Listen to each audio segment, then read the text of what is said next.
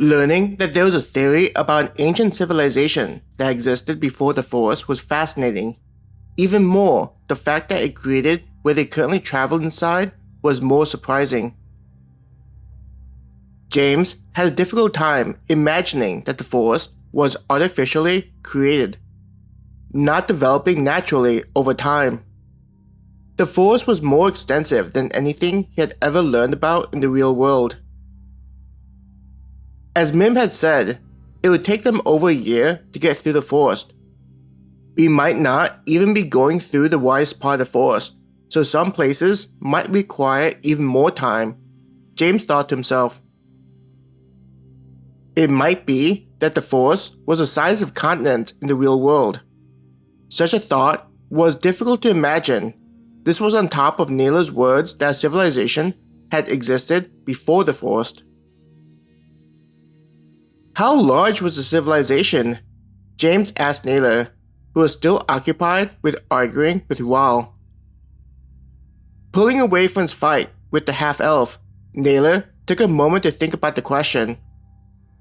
From what I heard, the civilization was nearly the size of the forest.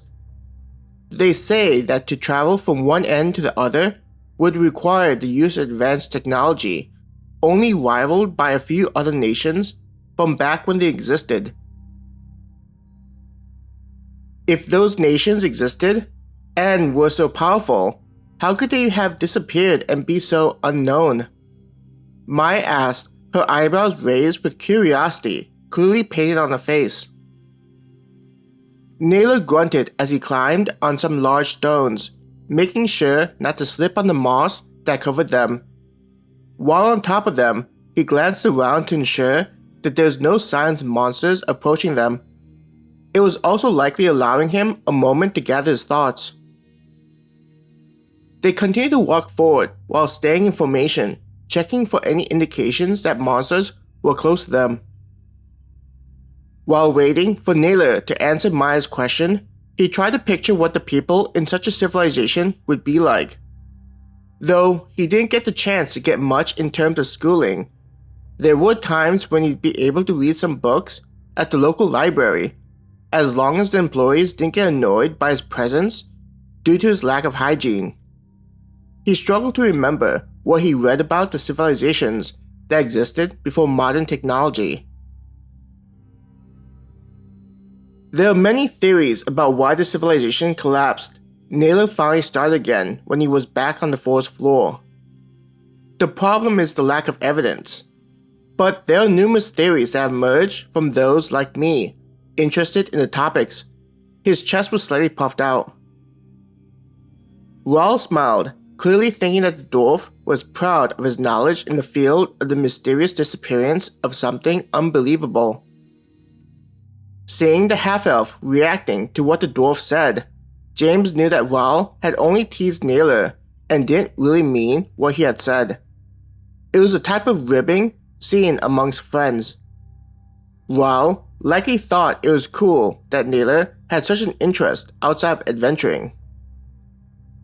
One of the theories is that there was a great catastrophe due to the creation of a weapon, leading to the destruction of all the civilizations. Or it could have been a war, or a natural disaster.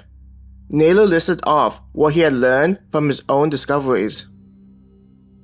Just by listening to Naylor's voice, James could tell that the dwarf didn't believe in all the theories, merely listing them out since Maya showed interest. I think this is the most I've heard from him, James thought to himself as he saw the dwarf talking for some time on the subject. I guess anybody would talk a lot if others showed interest in something they were knowledgeable about. James didn't want to say anything out loud, fearing that the dwarf would take offense and return to his gruff personality. This was likely why no one interrupted Naylor, wanting the dwarf to come out of his shell and interact with the group more. Mim could be seen with a smile, enjoying the unusually excited Naylor talk about the mysteries of the world.